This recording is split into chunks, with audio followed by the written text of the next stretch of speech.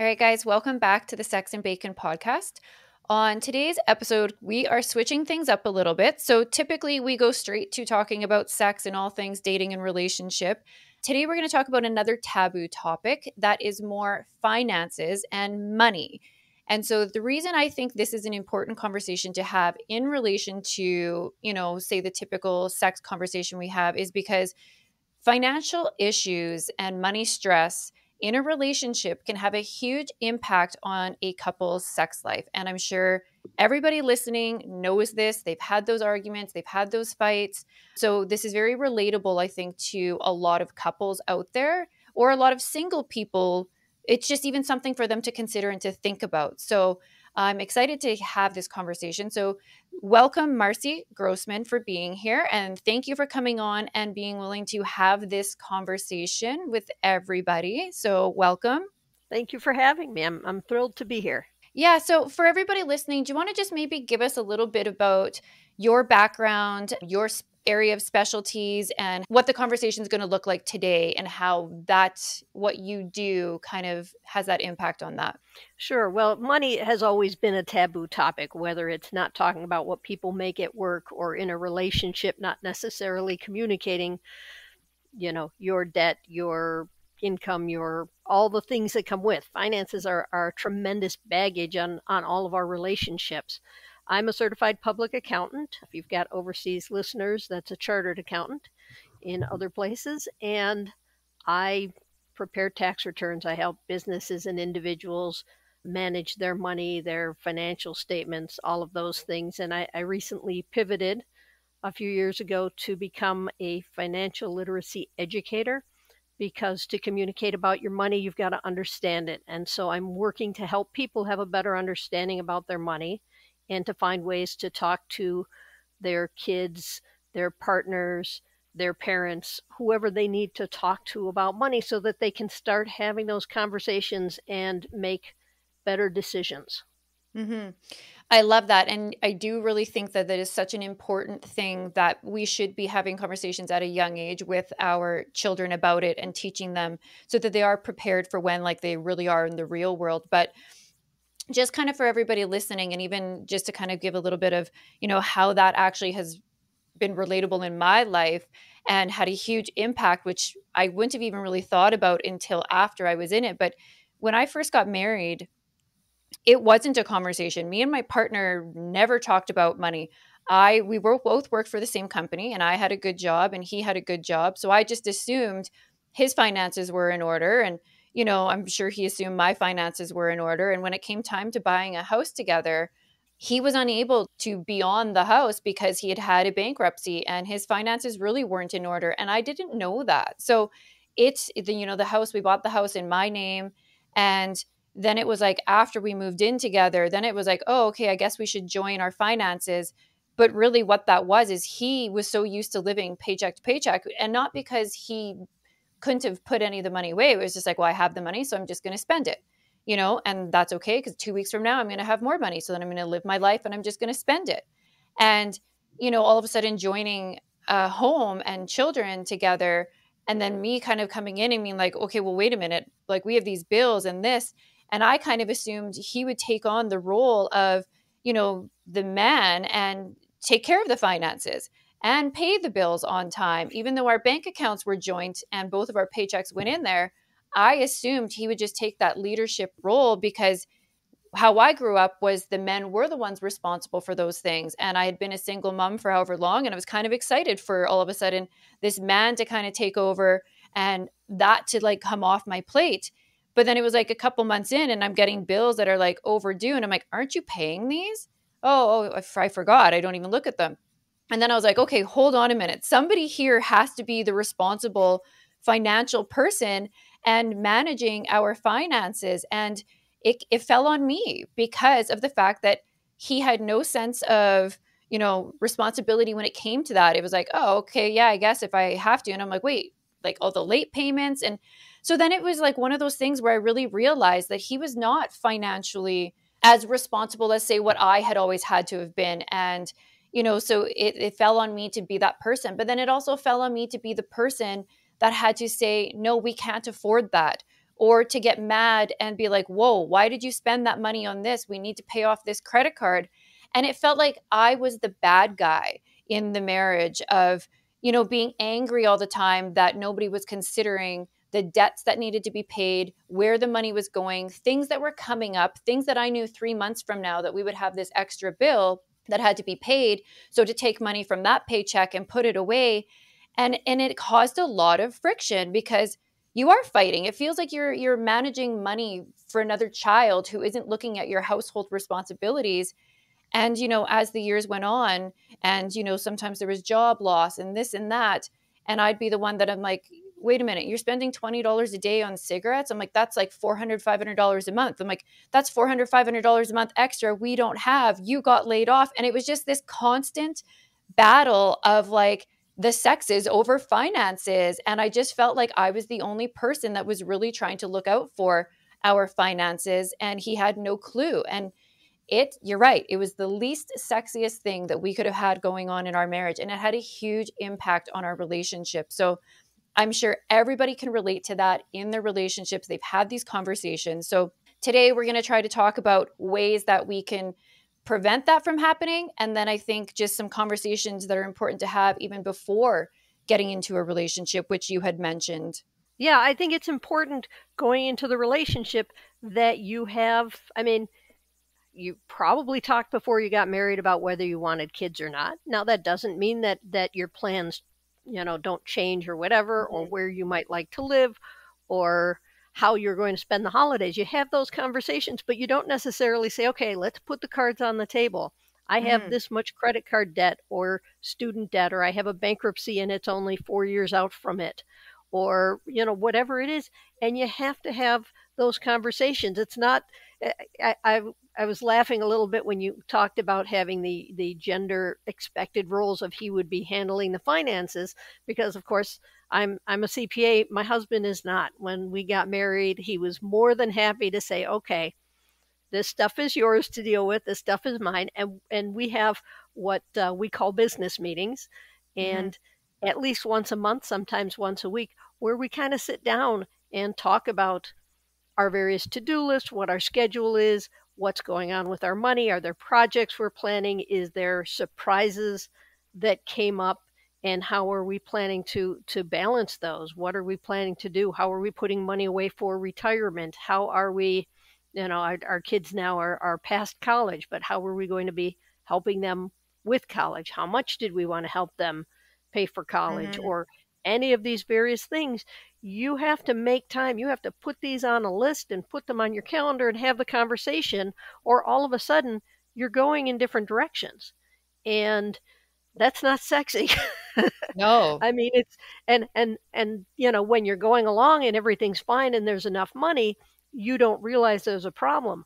But as soon as there is job loss, as soon as there is a car breakdown that you hadn't planned on a Mhm. repair for, or whatever it is, that's really unsexy. You don't want that in the bedroom, you don't want it in the kitchen, you don't want it in the house. And a lot of that can be avoided by having these regular conversations about what's going on now and what you're expecting or hoping for. What do vacations look like? What, do you budget for holidays? What are your expectations on all of these things? And so many of them come back to money. I tell people all roads lead through finance, because there's very little you do in the world that has no financial impact somewhere, Mhm. somehow. Yeah. It's so true, right? And it's I think it's one of those things that sometimes it's hard to come back from, and to it's almost hard to view your partner in a certain light, I guess I would say, when you have this idea of them to be the controller, the leader. And I mean, like, I'm not saying that that's the dynamic of all relationships, but in that traditional type of relationship where, you have, say, like the leader, and usually women look to the man to kind of be the leader in some of those things, and all of a sudden when they're not that person and they can't do it, I know for myself, it's kind of one of those things where it's like, well, if I'm now holding more of the masculine hats in the relationship, how do I look to you to be that person in our dynamic? And it can sometimes be a turnoff, but vice versa. I know it can also be a turnoff for a man to all of a sudden be in a relationship with a woman and to all of a sudden be like, hold on a minute, your finances are that of like a 15-year-old. Like you're really that scattered and you really don't know what's coming and going. And, like it's like both parties don't want to take on the responsibility and the burden of having to worry about another person's financial situation, right? Right. And so when I talk to couples, a question that I often get is, okay, should we put our money together or keep it separately? And the answer is, it depends. Hmm. Every couple has to have these conversations and figure out what's going to work out best for them to make it work in the dynamics of their relationship. Maybe Hmm. you have a common bank account and everything goes in there. Maybe you each have separate and you have set amounts you put into the common bank account that pays for the mortgage and whatever else.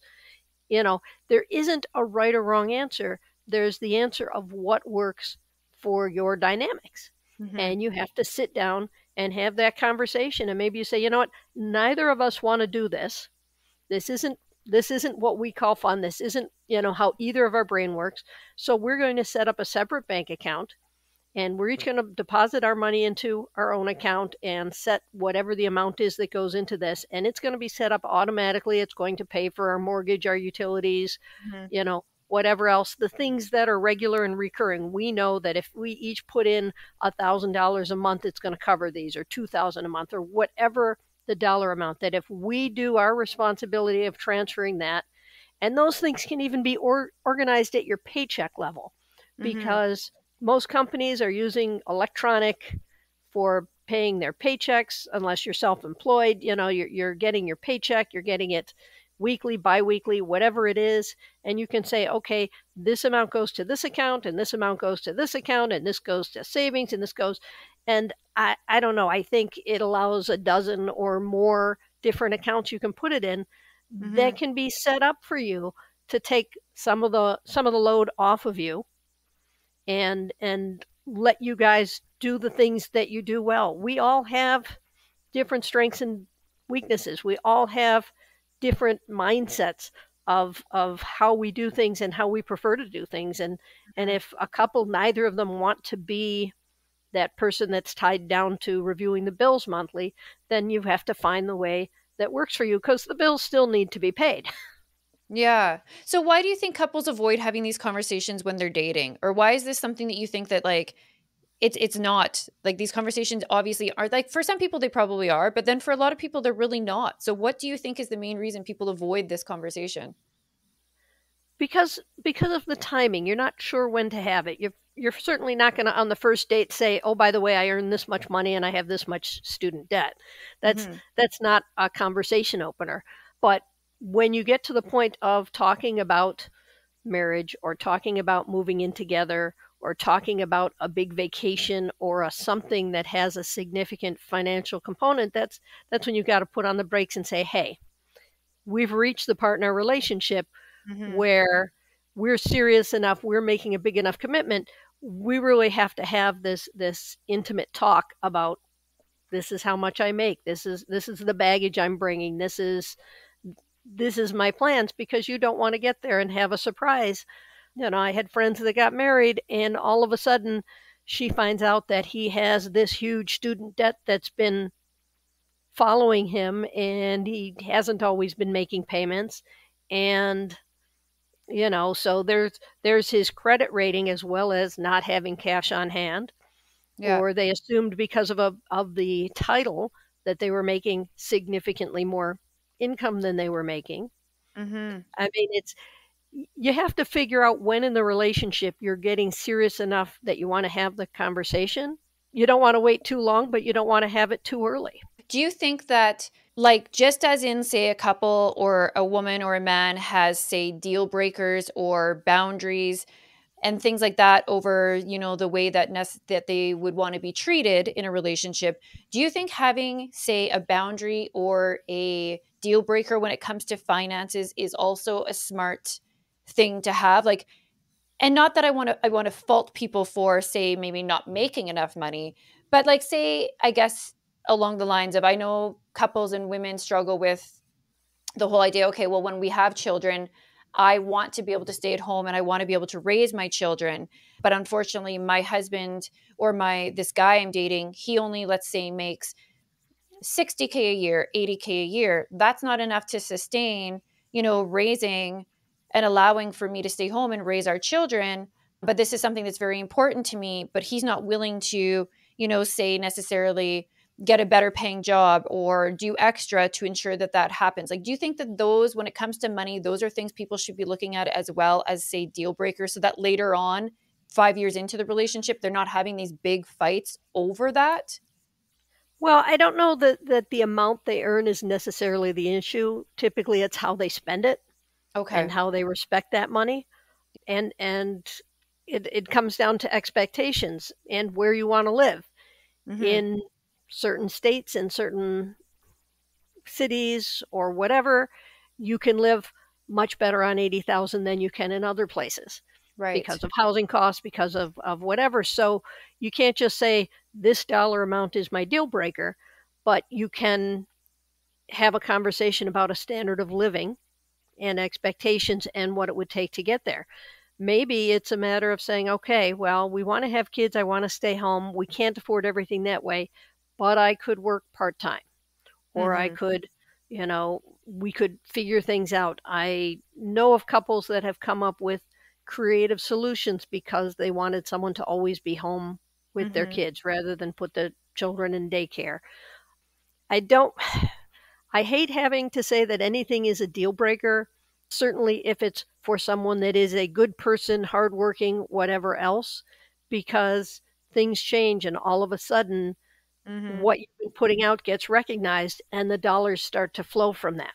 Right. But if you've got someone who's lying to you, who's slipping and spending money they don't have and getting themselves further in debt or trying to live larger and impress people, I would be more Mm-hmm. concerned about those being deal breakers than the absolute dollar amount because that can change. People, opportunities come up we never expected and all of a sudden the finances are a much different picture. Someone could have been earning great money and then they got laid off and have trouble Right. replacing that job and you never knew. So I look to the integrity of the person. Right.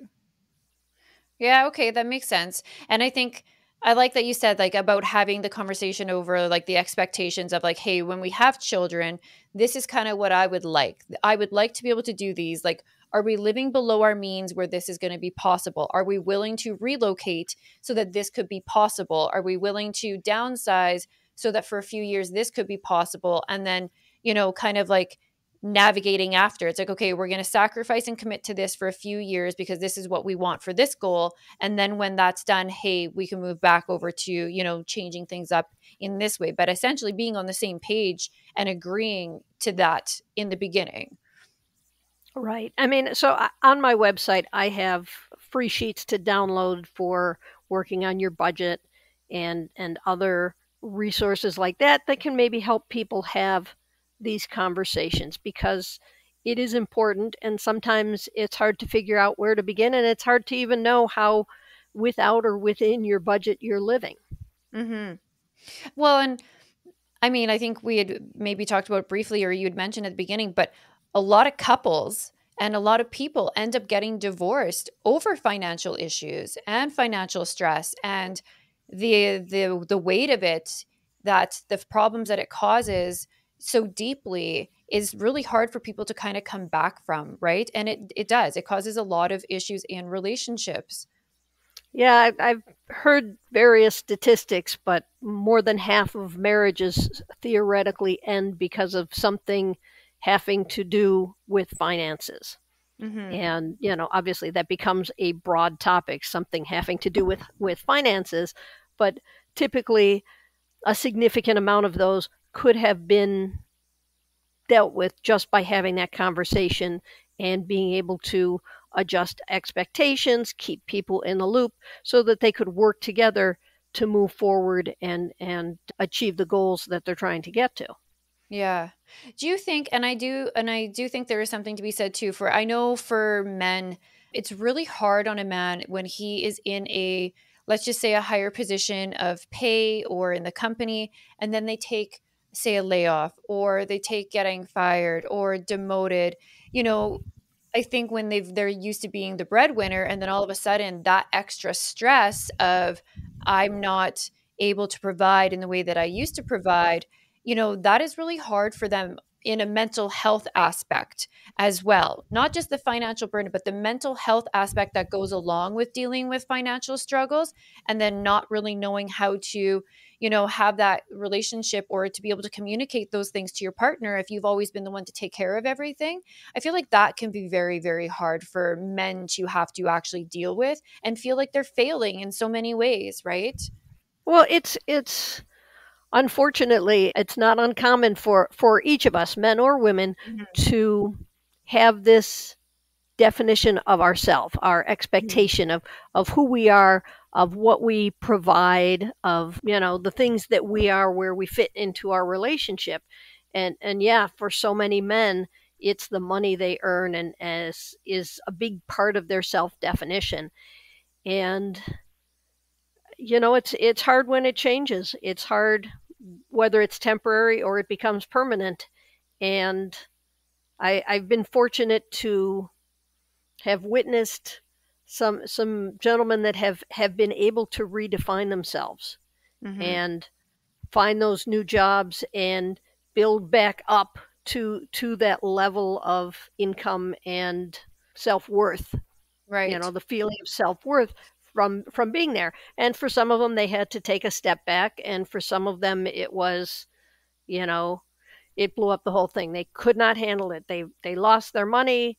That was the only way they defined themselves, and you could basically watch the relationship melt from that. And for others, I mean, it was a privilege to watch them say, "Okay, well, I lost this job. I'm going to look for another this job. In the meantime, I'm going over. I'm going to work at the grocery store or Home Depot or Mhm. be a handyman or do whatever so that I'm contributing while I'm looking to find that next thing that's going to get them there." And it's amazing to see someone that feels supported in their relationship, feels strong enough in their self view Mhm. that they can say, okay, this is not going to break me. We're going to bend a little bit. Yeah. We're going to try something new, and we're going to find that within ourselves to move forward.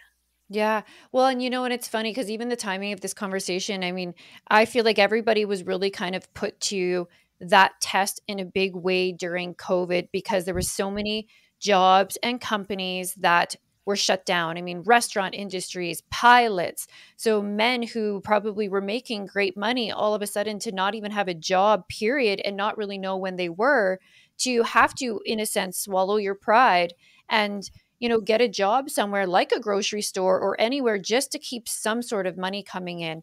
That is a really hard thing to do. And I know a few people who had to do that. And unfortunately, for some of the men that I know that, were in those positions of great jobs and careers, and they felt like they were on the top of the world, to all of a sudden kind of be humbled and have to go take a job somewhere at like a grocery store, it affected some of their relationships and they ended. And it was funny because then it's almost like that step back of like, whoa, were you more with me based off of my title, my career position, and the money that I was bringing in that allowed you to have this certain lifestyle? But it wasn't even then about me as the person. And now when this whole world has been blown up and having to shift gears and to still find a way to bring money in, you're judging the types of jobs that some of these people have to go and get to be able to provide, when in really it should be like, I am so grateful that my partner is willing to still do everything and anything to ensure that we still have money coming in, and not like, oh, it's embarrassing now that you used to be this corporate person or this, six figure a year person, and now you're down to, what a teenager would make working on weekends, right? So it really tested a lot of people to really challenge the way that they look at money, the people who have those positions, and how to spend it, right? And manage it. Right, right. And you're speaking, obviously from the guy feeling that the woman wasn't being supportive of him Totally. having to make this change. And there were also guys that could not make this change. It's temporary. You're going to be able to go back when Hmm. the world goes back and opens up. But these guys that just were so angry Mhm. and became, just whether it was abusive or depressed or Right. whatever it was, they couldn't mentally say, okay, we've got this. We're going to make it. It's going to be tight. It's going to be, you know, Yeah. not my ego's not going to be happy about it, but we're going to be fine. We're going to get there. We're going to work together. And that's where that communication piece comes in. Mhm. Okay, let's sit down. Let's put our cards out and say, okay, between the unemployment or the government payout that they were giving or the jobs that we're able to pick up in the interim while we Mhm. wait for this, um, let's figure out how we can work it together to get from here to there. Yeah. And No, for and and sure. it's on both partners to say, okay, we can do this together. Yeah. No, it's so true. So, okay, so for everybody listening then, like for the single couples, the couples that are together, like what is it that's are some of like the tips that you give people to really start to look at their finances to set themselves up to say be in a better position, not to say that another pandemic is going to happen in the next, 5 years. You never know though. But just in general, like what are some of the things that you tell people to look at first and foremost and, to try to get those things aligned? Talk about your goals. Talk about where it is you see yourself, where you want to be, and make sure that you're honest and make sure that you listen, because I think more than anything, you have to be able to openly put it out there. You've got to feel it's a safe space for you to say, hey, what I really want more than anything is to live in a lake, or your partner to say, hey, what I really want is to be in a place that doesn't have snow. Mhm. Whatever it is, you've got to put it out there and say, okay, what does this take for us to get from here to there?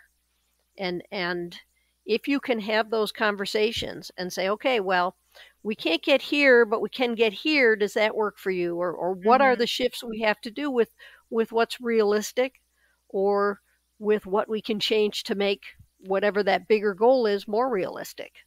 Right. Yeah. I like that. And I mean, do you have, say, like a set number then that you kind of give couples as an idea of stuff that they should be trying to put away when you're talking about planning for retirement or future, you know, things that can randomly happen, like a car that breaks down or 2 months of layoffs? Like, is there a number that you kind of give people that's like a guidance of what they should be trying to save essentially? Well, obviously, it would depend on their age. Mm-hmm. So the first thing is, the younger you are, the more your money is worth that you put away in retirement or savings. Start saving as early as you can. And at that point in time, don't even necessarily worry about the money, but every now and again visit it and say, hey, you know what? Could I save a little more and still pay for the lifestyle that I need to have now for work, or, to bring joy to my life? Because you don't want to live so inexpensively putting money away that you're not enjoying anything. That's, Right. we have to have some enjoyment in this life, or else what's the point? Yeah. So it's a matter of finding that balance. In real terms, you want to have 3 to 6 months of expenses in your emergency fund, and that covers job loss, that covers an emergency. A really sad statistic is how few people, I should say, could handle a $400 or $500 emergency if it happened right now. They don't Mm-hmm. have that much savings put away. That's your car breaking down. That is, an emergency trip you have to take. That is, your freezer dies and you lost all your groceries, and whatever it is, people don't even have that small amount. So the Mm-hmm. biggest thing I tell people is start, do something, and then you can look at doing more. For retirement money, there are so many variables that go into what you need for retirement. They typically say you want to have 80 to 100% of your expenses covered by your retirement money every year. So if you're Mm-hmm. spending $50,000 a year, then you want your retirement money to generate $50,000 a year at least. If you're spending $100,000 a year, obviously you're going to want your retirement money to generate that. You want to avoid touching the principal as much as you can. So everybody has to look at that individually to see what their net sum that they want to have in retirement money is. Right. The earlier you retire, the more retirement money you're going to need. The more expensive your retirement lifestyle, the more retirement money you're going to need. So start earlier and periodically look and say, hey, you know what? I can put away another $5 a paycheck, another $50 a paycheck, whatever it is, into your savings and Yeah. retirement, just to keep it going and keep it growing, and make it a regular part of your plan. Yeah, and I think like a huge it's funny because like my parents, I know, like, maybe it was the generation and stuff, always were talking about retirement and savings and all of those things were like a priority and things that they did. But then, like, with us kids, it's like finances were never really talked about in a way of like teaching us or telling us of like those things. And, I know a few times my dad has actually asked me, well, like, don't you do RSPs or don't you do any of that? I was like, no. And he's like, what are you going to do with retirement? I was like, I don't know. I was like, I guess when I get really old, I'm going to find a really old man that has a lot of money and I'm going to like settle down with him because you could never talk to me about this. This isn't something I knew. And I've been a single mom since I was 18. So it was like, I don't know. I guess in my mind, I still thought eventually some guy's going to come along and he's going to have money and I'm not going to have to worry about it. Which it's funny though, because I think like if you talk to your kids at a young age about finances and about money and the importance of kind of almost taking care of yourself and ensuring your, future is secure, it's like then you don't worry about the other stuff. But in the sense where I grew up with that traditional get married, white picket fence, blah blah blah, and you're a couple, and with that it was always the traditional the man takes care and blah blah blah. Obviously my life didn't really quite go that way. I was a single mom at 18 and stuff, but still I never thought twice to even think about my future of finances and retirement and all those things. It's like I still had this idea that I guess one day it'll just work itself out and I don't have to worry about this. But that's not the reality. And, people should be talking about these conversations with their kids at a young age. The education should be there. It shouldn't just be when you become an adult and you're paying taxes and you have to worry about these things, but preparing people at a young enough age to know what these conversations are, the importance of money, how to manage your money, what that looks like, what it can actually provide for you, and talk about lifestyle and expectation and what is it that you want for your future and where do you want to live. Okay, well, this is what those things kind of cost. So when you're thinking about even careers, for a girl just to be like, oh, I want to be a hairdresser.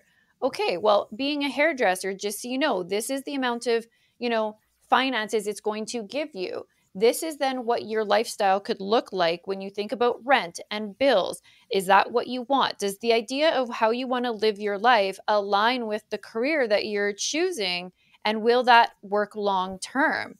We don't have those conversations. Right. And our parents had pensions. They weren't Hmm. self-funding their 401k and IRA. Those have only been in existence 40 or 50 years. Before Yeah. that, it was all pensions from the jobs or savings that you had or what you expected from Social Security. Whether there will be any Social Security for us or not, that's a bigger conversation I don't want to even go to.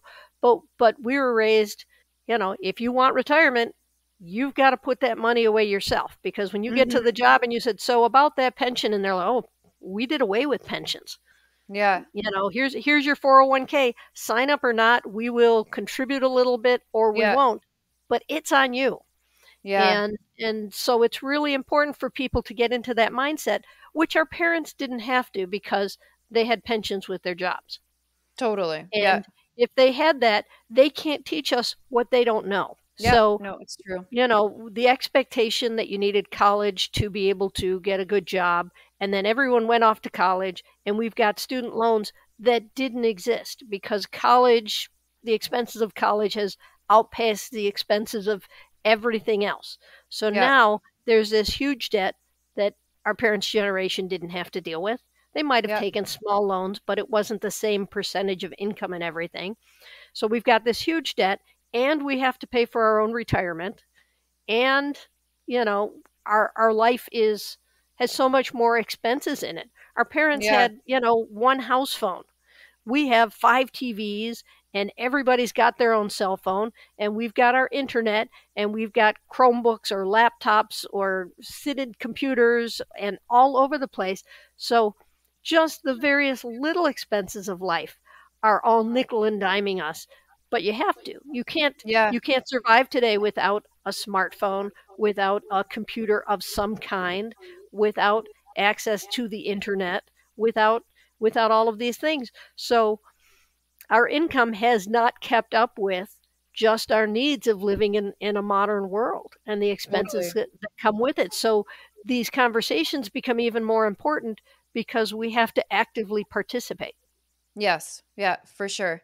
So, I mean, obviously, then for people who really don't have a clue, I mean, you said so you are an accountant, but then you also do kind of like money coaching and mentoring and, the education portion for people to be able to, to have. So it almost feels like, you know, having a money coach or a money mentor is almost just as important, say at like for people who are searching out relationship coaches or, things like that, like to have somebody to really help you understand how to make your money work for you and have it not be, an issue in your relationship. Well, yes, absolutely. But I'm trying to work from a place which is the people that need this coaching and information the most are the people who can afford it the least. Okay. So for that, I put up my website and I Yep. TikTok and I Instagram and I try to spread this financial literacy education. So I'm Yep. not actively coaching one person. I'm trying to coach groups of people and educate groups of people, put it out there. I've put together a book that is small and friendly and inexpensive that you can pick up on Amazon. And I've also went the extra step to make it available at libraries Oh, I so love that that. people who want to learn, I want it to be accessible because if you want to learn, you don't want to be, well, I have to learn about money. I can't afford to learn about money. Where am I going to go from there? So I'm working at making financial literacy education accessible even at the smallest ends of the income structure so that you can get in and be the first step, and then hopefully you're going to do well enough and you're going to want to get a coach or a Yeah. financial advisor, whatever else, who can be very familiar with your situation and help you go further. But I'm trying to be the entry level coach to get people to not be afraid to take those first steps, to feel that those steps aren't out of their reach. Okay. So where can people find you then and find this information that is essentially right at their fingertips for free? Right. Well, so my website is www.moneymarci.com. MoneyMarci. If you spell my name wrong, I don't know where you'll end up. And and on my website there's the link to my book on Amazon, and there is the link to my Instagram and my TikTok, and daily I post little bits of information or tips or just encouraging people to keep taking those steps.